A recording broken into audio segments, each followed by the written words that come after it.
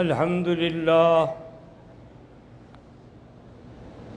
الحمد لله وكفى والصلاة والسلام على خاتم الأنبياء سيدنا وحبيبنا محمد المصطفى وعلى آله المجتبى وأصحابه النجبى اللهم صل على سيدنا محمد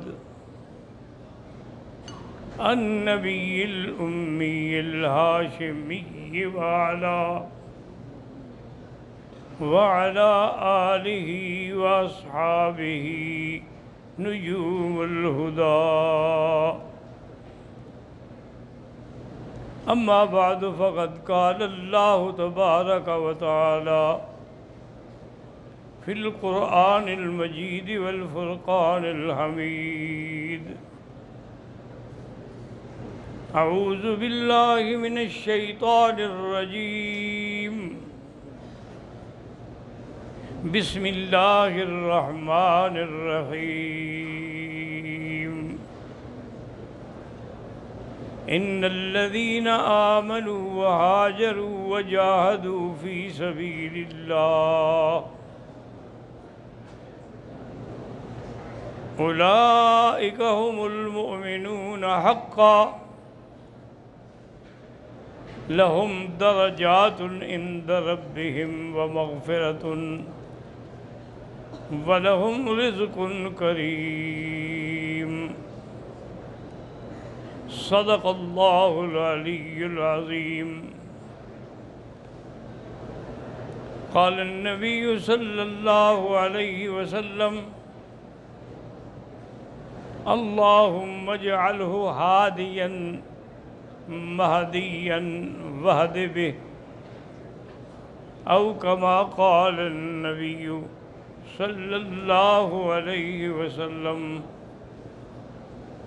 صدق رسوله النبي الكريم، ونحن على ذلك لمن الشاهدين ومن الشاكرين، والحمد لله رب العالمين. برادران اسلام، اللہ تبارک و تعالیٰ کی عنایت اور توفیق سے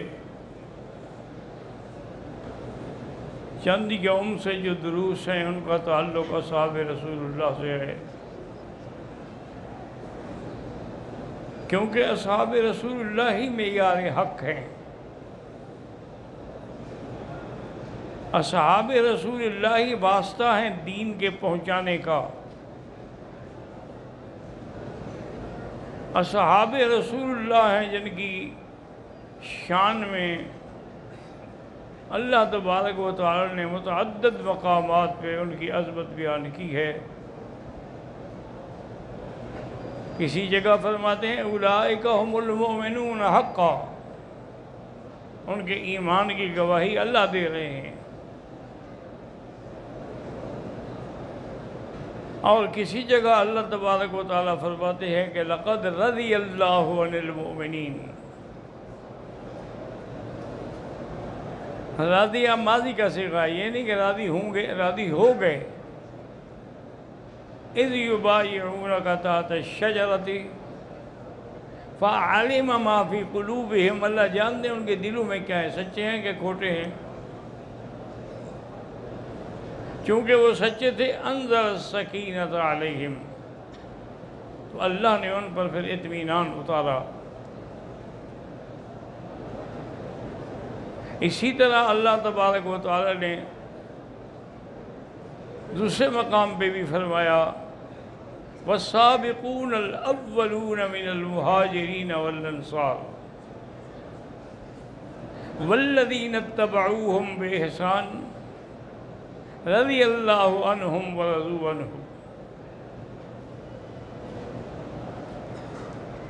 تو اس لیے الحمدللہ ثم الحمدللہ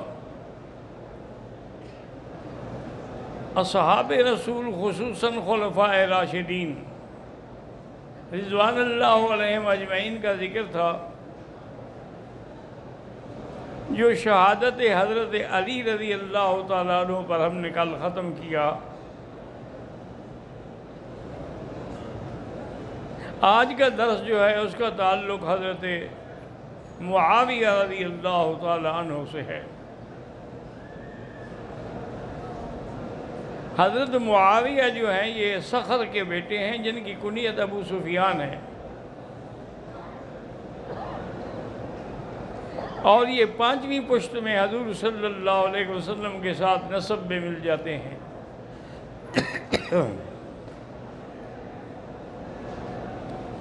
ان کے ایمان کے بارے میں 2 قول ہیں۔ ایک یہ ہے کہ فتح مکہ والے دن دونوں باپ بیٹا مسلمان ہوئے، یعنی حضرت ابو سفیان بھی اور معاویہ بھی، اور بعض علماء یہ فرماتے ہیں کہ نہیں، فتح مکہ سے بھی یہ پہلے اسلام لا چکے تھے، لیکن اظہار فتح مکہ والے دن ہوا۔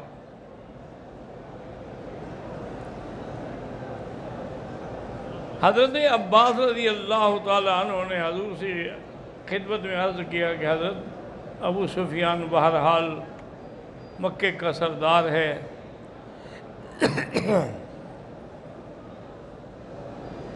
حرم کا علمبردار ہے، اور آج وہ اسلام لے آیا تو آپ بھی اس کو کچھ عزت دیں تاکہ وہ زیادہ سے زیادہ پھر قربانی دے گا۔ حضور پاک صلی اللہ علیہ وسلم نے فرمایا کہ من دخل الحرم فلہ امان، جو حرم میں آ گیا اس کو امان ہے، ومن القى السلاح فلہ امان، جو اپنے ہتھیار پھینک دے اس کو بھی امان ہے، من اغلق بابہ، جو اپنے گھر کا دروازہ بند کر دے اس کو بھی امان ہے، وَمَن دَخَلَ دَارَ أَبِي سُفْيَانَ فَلَهُ امان، اور جو ابو سفیان کی حویلی میں آ جائیں ان کو بھی امان ہے۔ تو یہ بڑا اعزاز تھا کہ کعبے کے امن کے مطابق ابو سفیان کے گھر کو بھی امن کی جگہ بنا دیا۔ رضی اللہ تعالی عنہ وارضاہ۔ اور حضور صلی اللہ علیہ وسلم نے کتنی دیر میں ہیں تو آپ درود شریف پڑھ لیا کریں، تاکہ اللہ نے اگر آپ کو حرم میں بٹھایا ہے تو کوئی فائدہ اٹھائیں۔ جہاں 1 کا لاکھ ملتا ہو تو وہاں بھی اگر آدمی غفلت کرے، ہمیں وہاں 25% نفع ملتا ہو تو ہم فوراً بھاگتے ہیں، تو یہاں تو 1 کا لاکھ مل رہا ہے۔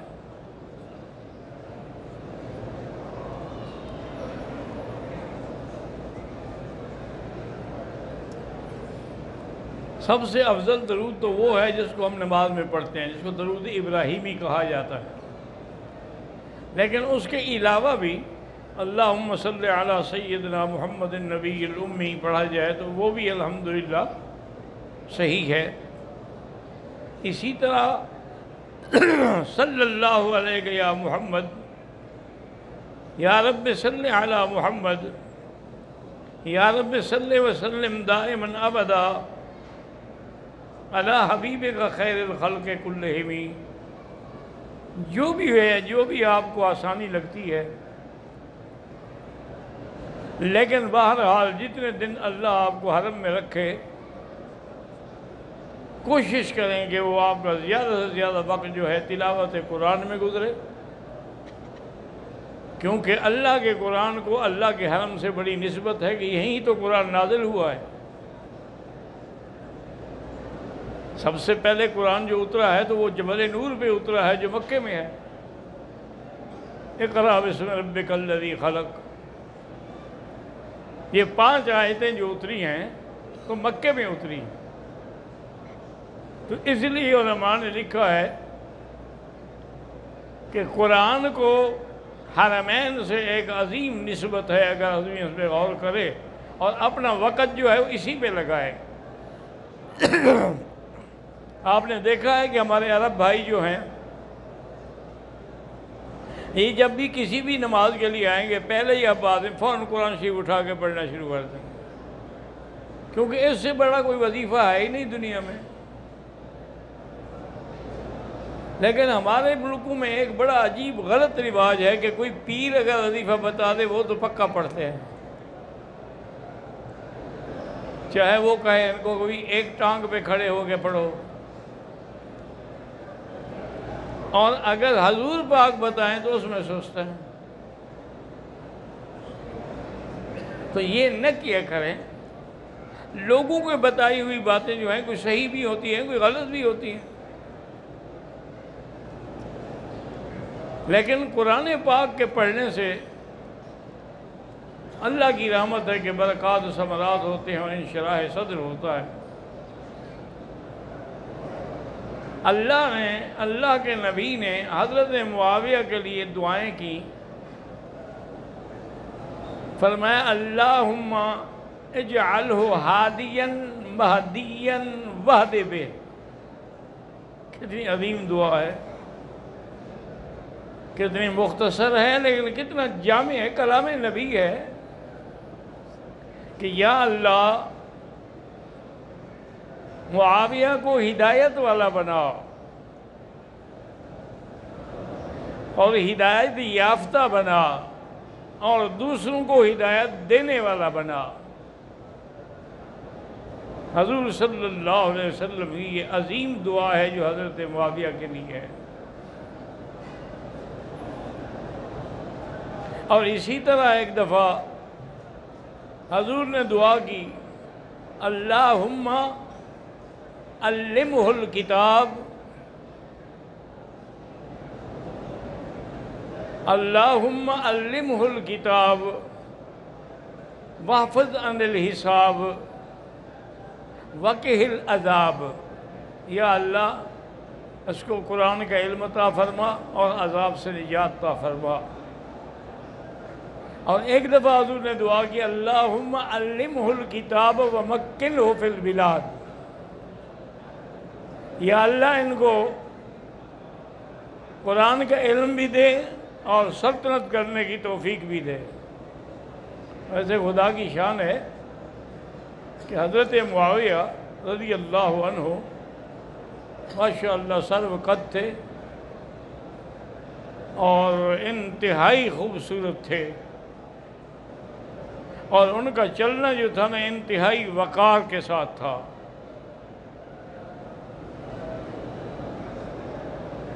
اور یہ حضرت معاویہ کی عظمت ہے کہ دور صدیقی میں جب مسیلمہ ابن الکذاب وہ جس نے جھوٹا نبوت کا دعویٰ کیا،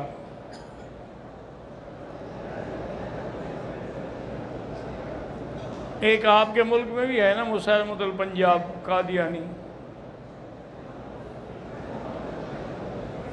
تو مسیلمہ ابن الکذاب کے ساتھ سیدنا ابو بکر کے زمانے میں جنگ ہوئی،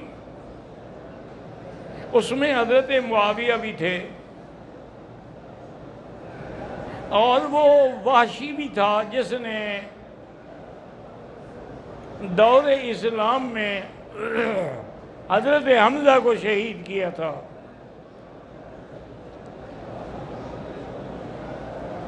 وہ کہتے ہیں کہ میں دعا مانگ رہا تھا کہ یا اللہ مجھ سے اتنی بڑی غلطی ہو گئی ہے، اس کی ازالے کے لیے آج مجھے توفیق دے کہ مسلمہ میرے ہاتھ سے مارا جائے۔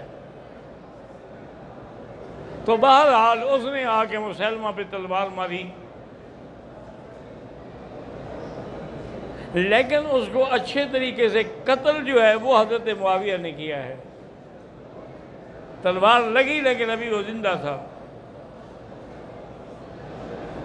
یہ دور صدیقی میں یہ عظمت جو ہے یہ بھی حضرت معاویہ رضی اللہ تعالیٰ عنہ کو ملی کہ مسیلمہ الکذاب کے قتل میں بھی آپ کا شراکت ہے۔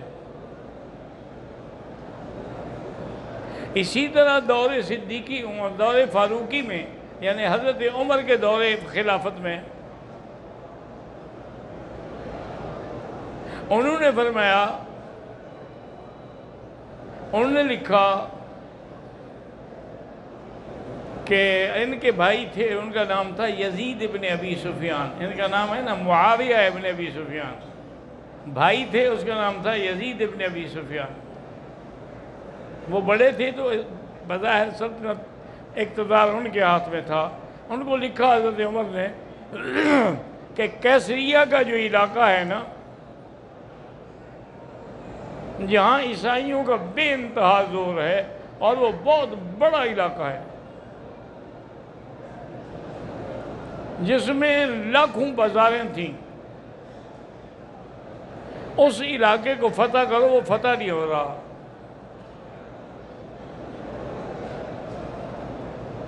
اور جب روانہ ہونے لگو مجھے اطلاع بھی دینا، اور سارے رستے میں یہ پڑھتا رہے آپ کا لشکر لا حول ولا قوت الا باللہ العلی العظیم، یا اللہ تیرے پاس ہی طاقت ہے کہ ہمیں فتح دے۔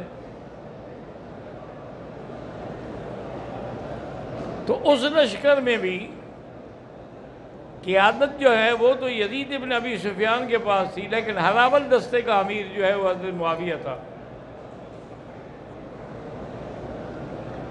اتوار کا دن تھا جب حضرت امیر معاویہ نے وہاں جا کے حملہ کیا۔ اللہ کی شان ہے کہ وہ عیسائی تھے نا، وہ گرجیوں میں اور کلیساؤں میں اپنی عبادت میں لگے ہوئے تھے، اور توقع بھی نہیں تھی کہ کوئی آئے گا۔ لیکن جب حضرت معاویہ نے اپنے لشکر کے ساتھ نعرہ تکبیر بلند کیا تو وہ تو حیران ہو گئے، پاگل ہو گئے، کیا ہو گیا، مسلمان کہاں سے آ گئے بھائی۔ انہوں نے کوشش کی مسلمانوں کو روکنے کی، لیکن ان کا اتنا زور پڑ گیا تھا کہ اس دن 80,000 رومیوں کو ان نے قتل کیا ہے۔ اور یہ شرف اور اعزاز جو ہے وہ بھی حضرت معاویہ کو ملا ہے رضی اللہ تعالی عنہ وارضاہ۔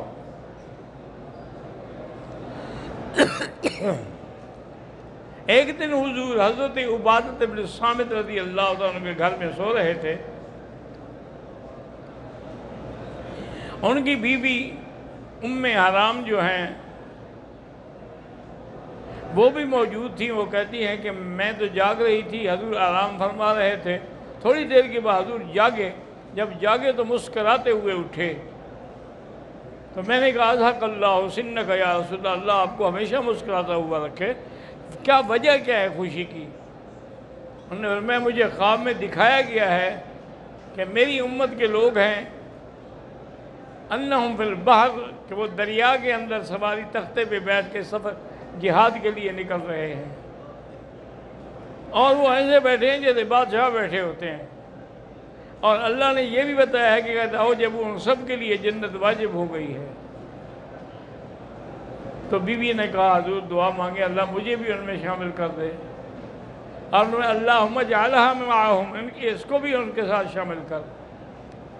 تو خدا کی شان ہے کہ حضرت وہ بی بی صاحبہ بھی، حضرت ابو ذر غفاری رضی اللہ تعالیٰ عنہ بھی، ابو الدرداء رضی اللہ عنہ، سب جو ہیں وہ بھی حضرت معاویہ کے ساتھ تھے۔ اور سب سے پہلا بحری بیڑا جو ہے وہ حضرت معاویہ نے بنایا ہے،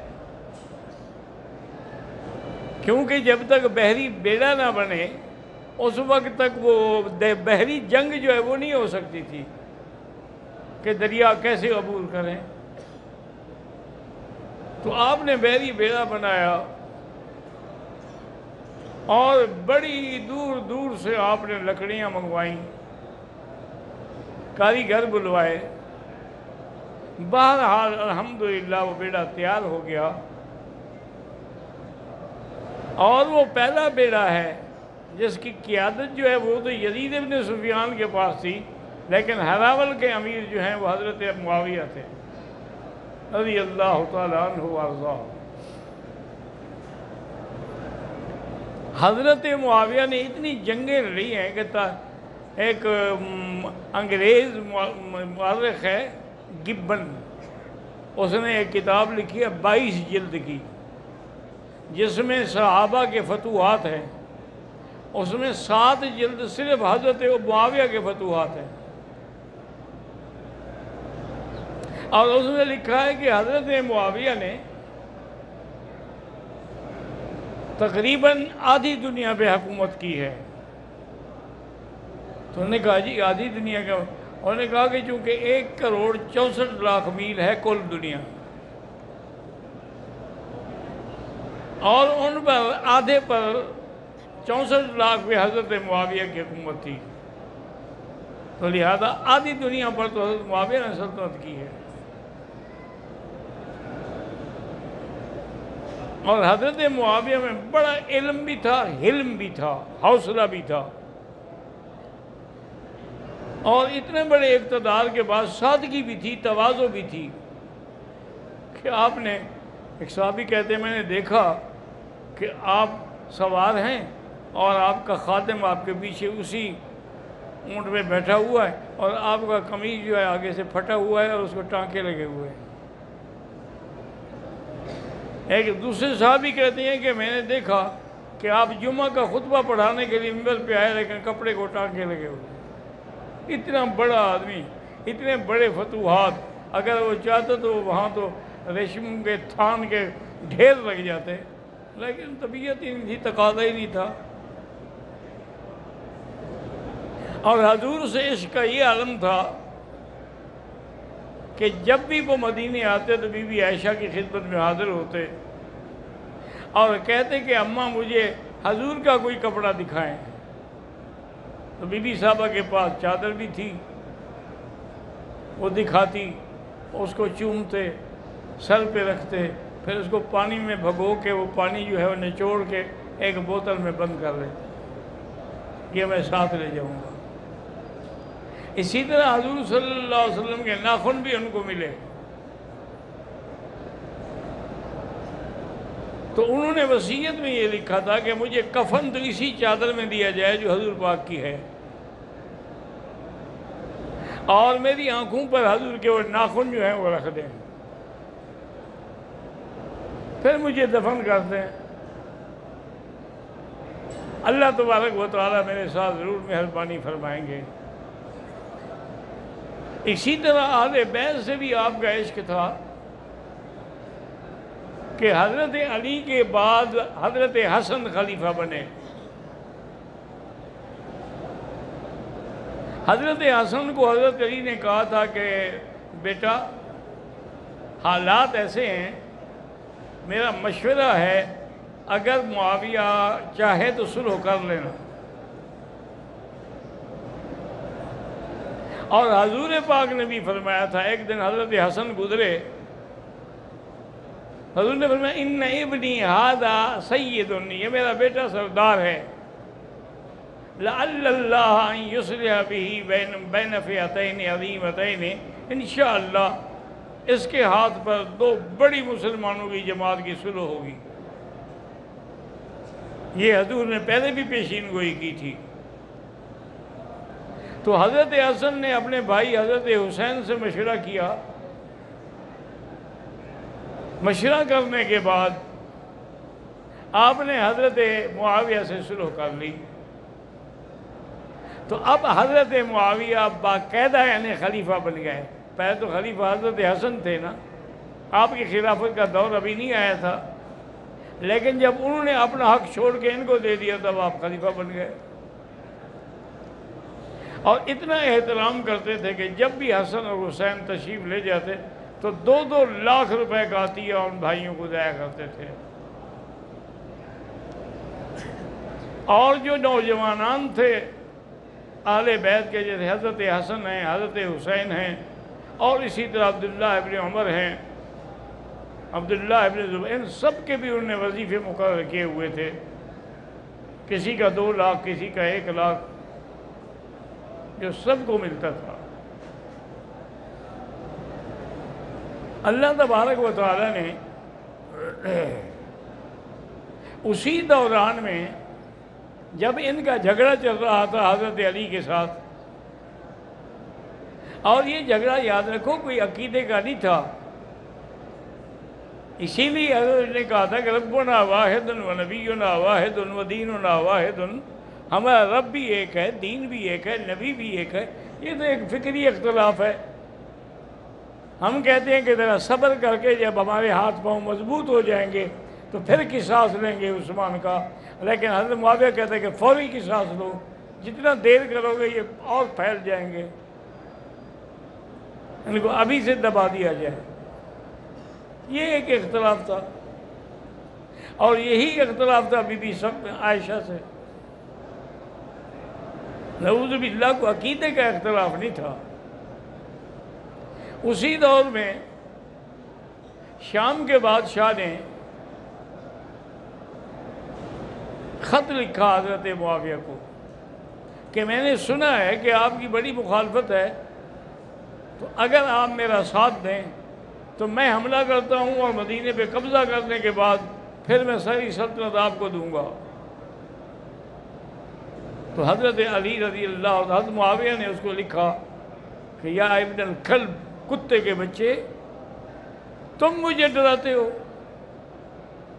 جس دن تم نے مدینے کا رخ کیا نا، میں علی کا سپاہی بن کے لڑوں گا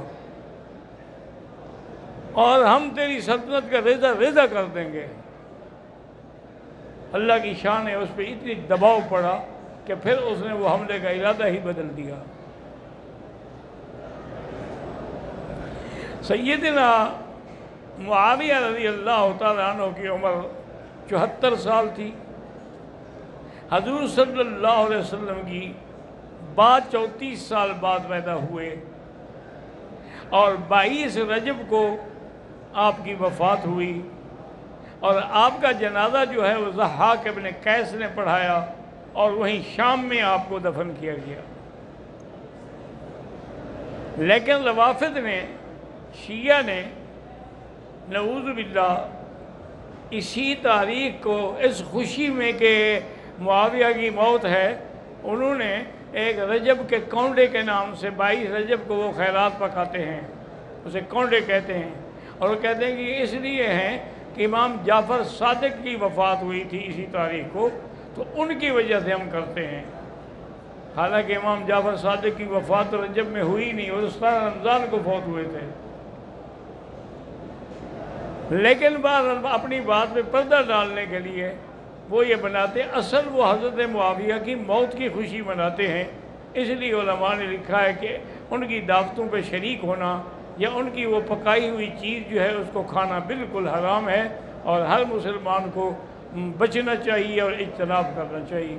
اللہ آپ کو اور ہمیں صحابہ کی محبت نصیب فرمائے اور صحیح رستے پہ چلنے کی توفیق عطا فرمائے۔